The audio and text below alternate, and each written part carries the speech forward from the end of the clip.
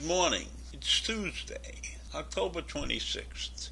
And this morning I want to talk about the reconciliation bill. About the bill that has been trimmed back because of the stances that Manchin and Sonoma took. And it looks like that Joe Manchin's stance, is going to affect the people in West Virginia adversely. His position is going to hurt the people in West Virginia more than help them. Because there are many in West Virginia that were helped by getting that child tax credit, that $500 a month.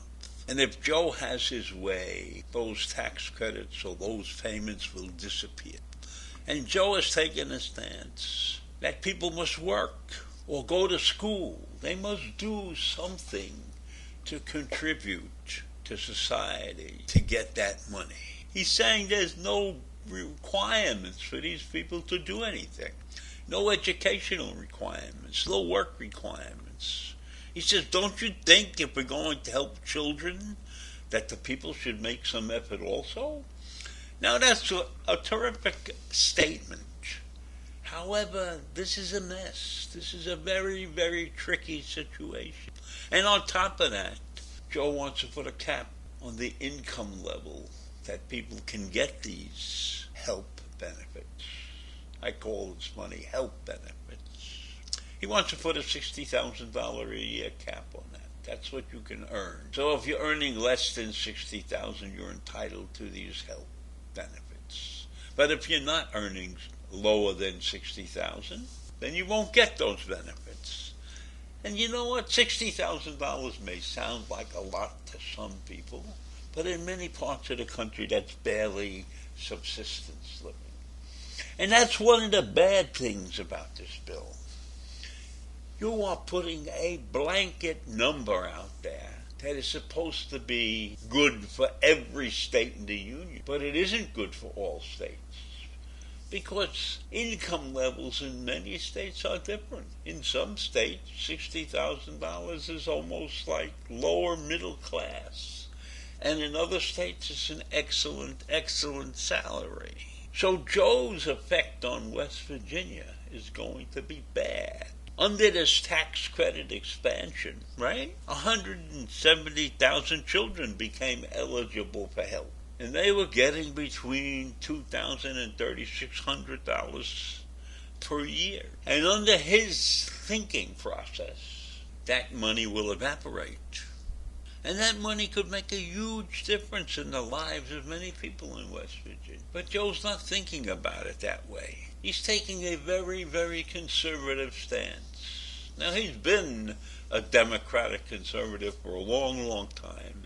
And he has the backing of many in West Virginia. But these people needed that money. They needed the money for essentials and other things. And Joe really hadn't dug down deep into the hearts of the West Virginia people to figure out what they can possibly do. And the problem is that there are many different cases, different situations where people need this money.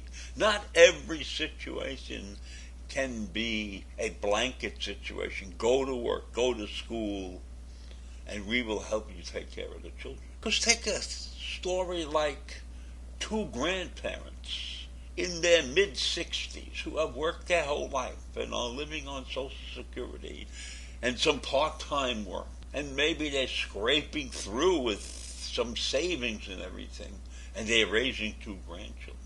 They can't go to work. They can't do the things that Joe wants them to. And what about somebody who is ill and can't go to work? You can't just have a blanket and say you must work or you must go to school, you must do this. And I'm in favor of that. I am not in favor of giving for nothing and getting nothing in return. Don't get me wrong about that. But I think that there has to be something, some methodology to make sure that the people who are collecting this are doing the right things.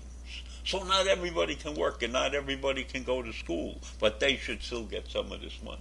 And that's the problem. We in this country do not take everything into consideration. There should be an aid formula that says that no state can receive more than 5% above what they contribute to the federal government each year. We screwed up on the first two reconciliation bills. We screwed up. We gave money to people who didn't need it. We wasted probably $1 billion on people who didn't need that money. That's my universe. People who were retired, making a good living, were getting money based upon their tax returns, not based upon a W-2, which they should have been looking at. Because my lifestyle did not change by what's going on. I didn't lose anything. My income level never changed during this whole thing. And that's the problem with these bills. They do not take the environment, the total environment, into consideration. And so Joe's position, while it might be good and people might think it's good, is going to hurt more people in his state than help. And that's a terrible thing. But the people like him. They interviewed several people, and those people spoke highly of Joe. And he's been the local politician in the state since the 80s.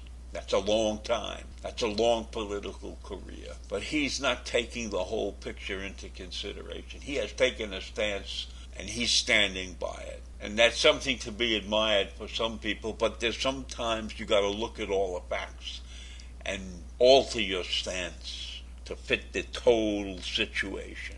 And the situation is bad in this country. So that's all I have to say this morning, and I'll see you tomorrow. Bye.